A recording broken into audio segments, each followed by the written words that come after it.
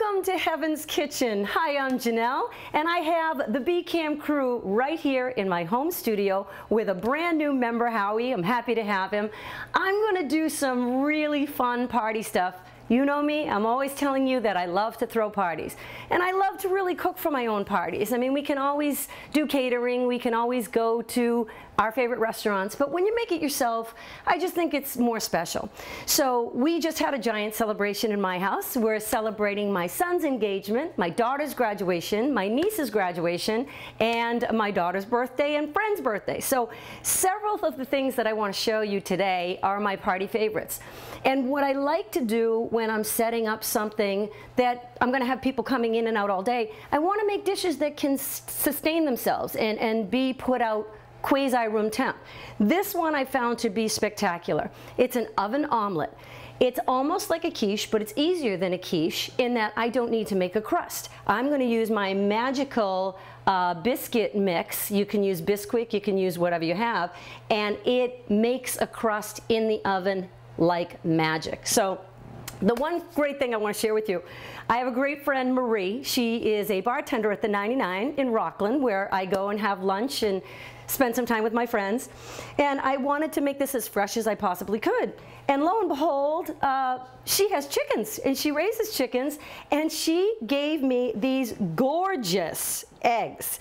And I just want to talk to you really quickly about the freshness of eggs. I'm not sure if the camera can pick this up, but these are actually green in color. These were laid by her chicken Mocha. The brown ones were laid by her chickens Whipped Cream and Alice. And she has a chicken named Mary, and I was hoping that Mary would lay me a blue egg, but she was being a little stubborn, so we didn't get the blue egg. But anyway, if you ever have a chance to get farm fresh eggs, do it, and I'm going to tell you why.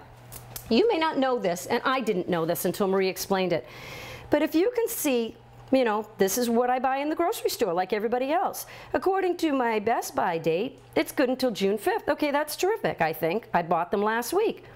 Little did I know that that first number on the package, in this case it's 112, represents the 112th day of the year, which means the day that these eggs went into this box was the 112th day of the year, which I looked up to be April 22nd. So, I mean, it's already almost a month after that by the time I get them at the store. So, just a lesson for all of us, you know, check your freshness dates, but if you have a friend like Marie, like I do, get yourself some farm fresh eggs. So let's get right to this, okay? Simple, simple, simple assembly. We're going to use her beautiful eggs. I'm going to use the green ones just because I think they're gorgeous. And I always crack into a small bowl first in case, you know, oh, look at that. Look at the color. See? That's a farm fresh egg for you right there. Discard my shells. I need 4 eggs. And what I'm showing you, as I usually do, is the very basic recipe. I'm going to just do cheese, a little bit of red pepper, a little bit of green pepper. You can add anything you want. You can add, when I made it for Tom, I put ham in it. You can do chorizo. You can do all kinds of things. Okay, so here's my perfect example, ladies and gentlemen, of why I crack into a bowl. I had a little piece of shell. It fell in. It happens all the time. Best way to get it out, don't stick your hands in there. Use the shell. The shell will basically act like a magnet to that little piece, and you can scoop it right out. Okay, super simple. Let me wipe my hands. Okay, nothing else. Eggs, milk, salt, pepper, and my Bisquick mix. So let's go over to Julian. You know that my mixer is named Julian. And I'm going to mix everything in this bowl, and I'm going to let him beat it for me. I mean, I can certainly beat eggs myself, but when you have this beautiful mixer, why not use it? So, my eggs, I need 4 eggs, 1 cup of milk. Ta-da. Fresh ground pepper. Oop, there goes my little bit of salt. Just a pinch will do ya. And again, measure your salt depending upon if you're going to put ham in it, if you're going to put sausage in it. I mean, those are loaded with salt. If you're just going to do vegetable, yeah, you're going to have to put a pinch of salt or 2. And my Bisquick mix, the most important part. A mere 1/3 cup is going to turn this into this beautiful, puffy, awesome omelet. And that way, instead of making an omelet on the stove, you have to stand there away from your guests. It's in the oven, it's done. Then you can hold it in the oven at 200 degrees, keep it warm, and then once it's out, it's just like a quiche. I mean, you can leave it out and it can be eaten room temperature. It's going to be spectacular. So off we go to Julian. I'm going to put the beater attachment on, and I'm going to let him do the work for me. And then I'll get a beautiful, beautiful, nice fluffy egg out of this. So let's lock it on. Yeah, and I better lock it in this direction. I think it'll be better. Okay. I'm trying to stay out of your way so you can see what I'm doing, and now I'm not getting onto my base the way I'm supposed to. There we go.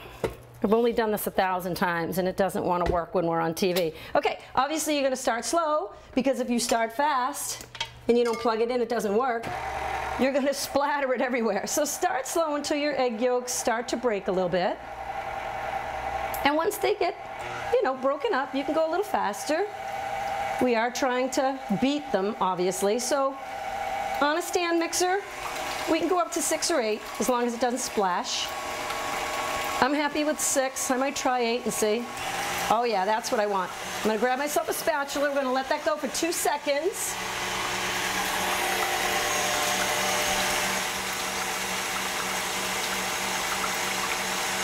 Just make sure that none of the biscuit mix is stuck on the bottom. So I'm just going to grab my spatula and just kind of dig down there. Make sure, oh, it seems good. It seems very good. Okay, one more quick little whirl. Just so you'll see little flakes of the biscuit mix. No biggie, but the smoother you can get it, the better.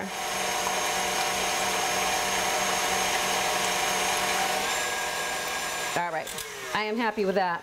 Okay. Let's get this back over. And already dripping on my beautiful counter that I just cleaned. Heaven forbid. Okay, so here we go. This is all I need to do. Now, you can do it one of 2 ways. I kind of like to be able to balance where everything pours in. So I pour first, and then I add my other things after. Okay? And I didn't show you this because I was trying to give Howie a break, but this is a sprayed pan with cooking spray. So just your basic Pam, whatever. Obviously you want it to be greased. Now, I want to use a red pepper, a green pepper. Another little lesson. Let me show you how to clean a pepper, okay? Let me get my little garbage bowl over here. Let me see if I can give you some space so you can see what I'm doing. Okay, how to clean a pepper. You go right down the middle, okay? Then you take out all these guts. Take out all your seeds, just like so, and your membranes, just like so, okay? And obviously, if I was doing, you know, a crudité or something I was going to dip, or I'm also going to make a nice American chop suey for the guys today. I'm going to make bigger pieces, but this is a nice little delicate egg dish, so I want small pieces. So I'm going to just cut little strips like this. And again, I don't want to overdo. This is just a delicate egg dish, so I just want nice small pieces, and it makes it look so pretty. And I've done this, as I said, with ham. I've done it with, actually for turkey, because Tom loves turkey. All kinds of different cheeses. And I promised Jerry, because Jerry is my cheese guy, that I would add extra cheese on this. So you'll see, when you do it this way and you add your veggies, you can kind of disperse them, and they just look, I think, so beautiful. And if I were using tomatoes, I would be careful to not make them too wet. Let's do half of this green one really quick. Same deal. I'm going to pull out the seeds, pull out the membranes, just like so. And I'm going to cut myself, get these seeds out of here. I'm going to cut myself some very nice, small strips. And that's really all we need. It's going to be delicious because it is going to be loaded with cheese for my friend Jerry. So let's talk about the cheese. What kind of cheese do you use? Whatever kind of cheese you like. Now, because this is vegetarian, and again, I talked to you about salt, I wanted to add a saltier cheese. Look at how beautiful that is. Are you kidding me? It looks like a little confetti pie. And when you see how it just blows up, it is going to be stunning. Okay, cheese. I have a mix of all my favorites. This is a shredded Mexican and a shredded Italian. So this has Asiago, mozzarella, provolone, parmigiano, all of it. Now I want some of that, let me just grab a fork. I want some of that to be submerged, obviously, into my eggs. So just a little swirly swirl like that. And then whatever is left on the top, obviously it's gonna brown and be incredible. So look at that. In 2 minutes plus a lesson in egg freshness, we are gonna pop this into Martha. I'm starting at 375. You do have to keep an eye on it because you don't want it to get too dark, but you also have to be patient because it's going to cook from the outside in. So until you see the rising, almost like a cake, the puffiness of a cake, don't rush it. And it's not a souffle, it's not that delicate, but if you pull it out and you think it's done and it's not, then your middle is gonna collapse, and obviously that doesn't make a nice presentation. So we are going to put this beautiful oven omelet into Martha, who is preheated at 375 degrees. And if your oven runs really hot, then maybe do 350. But I'd say 375, looking awesome in there. We're gonna time this. I'm gonna look at it in 20 minutes. It's probably gonna need closer to 30, but we're gonna look at it in 20. So, lesson number 1, that's just a small pie for my BCAM crew, myself, my husband. You can double that whole thing, put it in a 9x13 pan, cut it into squares, and it's a beautiful offering for a bridal brunch or a graduation afternoon celebration. Another great dish, you can use it, it's super versatile, make it your own. So we're gonna clean up this, and we're gonna move on to a heartier dish because in addition to light offerings and great appetizers, which I love, you gotta have some good hearty food, especially if people are having a cocktail or what have you. So just hang in 1 minute, I'll be right back, and we're gonna move on to American chop suey here in Heaven's Kitchen. I'll be right back.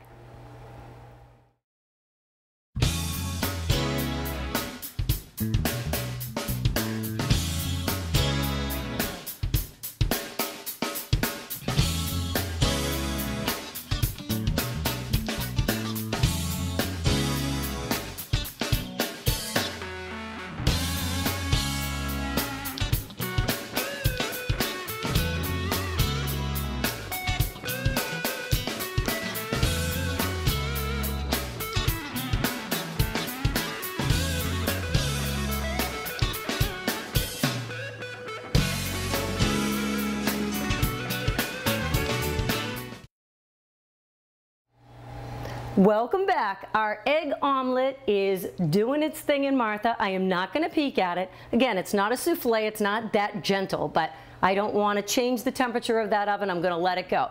Now I want to show you, it's an American classic, and it amazes me when I go out to lunch and I see all these grown men who order the lunch special American chop suey, probably because they haven't had it since their mothers made it for them.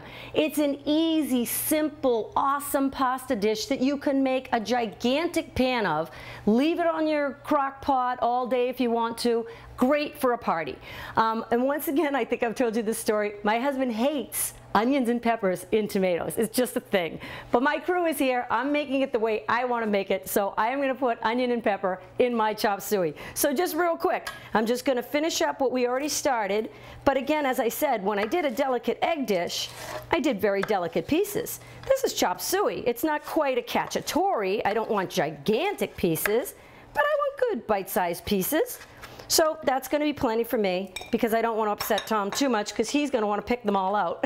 So there's my red pepper. Here is my green pepper. And again, if Tom were not going to be having any of this, I would use a whole red pepper, a whole green pepper, and a whole onion. So this will just show you how it's done, but I'm kind of keeping it mellow so he can have a little bit of it anyways. That one's a little big. I think I want to make this a little smaller. There we go. Okay, I always use Vidalia onion. Why? Because it's sweeter, it's beautiful, and if you cut it right, it doesn't sting your eyes. So cutting it right is you maintain that root end and you have a better chance of not crying. So ordinarily when I do an onion, I would cut it straight down the middle, but because I want to keep that root end, because I'm not going to use the whole thing, I'm going to do it this way today, which I don't usually do. I usually go straight down and then I make my lateral cuts, but we've already done that cooking class. We don't need to do that today. So we're just going to do it so it suits my dish. And that's the thing, I mean, you learn the techniques of how to do fun things, but if it doesn't suit the dish, you cut it any way you want. So again, I don't want big gigantic pieces, but I want some pretty good ones. And anybody who goes to culinary school will be saying, Janelle, come on, that's not how you cut an onion. So, but I do know how to cut an onion. And I'll show you with this piece just so I can redeem myself. Just so I can redeem myself. If I had this other half, this is the way you're supposed to do it, ladies and gentlemen. You're supposed to make little horizontal cuts like this. Then you make vertical cuts like this. And then when you chop, they're already halfway chopped for you. But again, I'm making a mess of this one because I don't care. It's for American Chop Suey. It's super casual. And already I'm starting to cry, so I'm good with this. Okay, my vegetables, which I've told you when I make soup and I do celery for this, that's called a sofrito. Uh-oh. My egg omelet looks like it's ready to go. Okay, vegetables, gorgeous, here we go. Come over to the stove with me and we are going to begin our chop suey. I have already preheated my pan. Let me check this really quick. Put the light on, I don't want to disturb it. Oh, it's gonna be gorgeous! I don't want to give you a peek though, because again, as I said, that middle is sunk. It needs to puff. I'm not going to interfere with it. Okay, ground beef, I bought a nice ground sirloin. If I brought just a 75, 80%, it's got a lot of fat in it, so I would not put olive oil in my pan. This is nice sirloin. Woo! That's a smoking hot pan, ladies and gentlemen.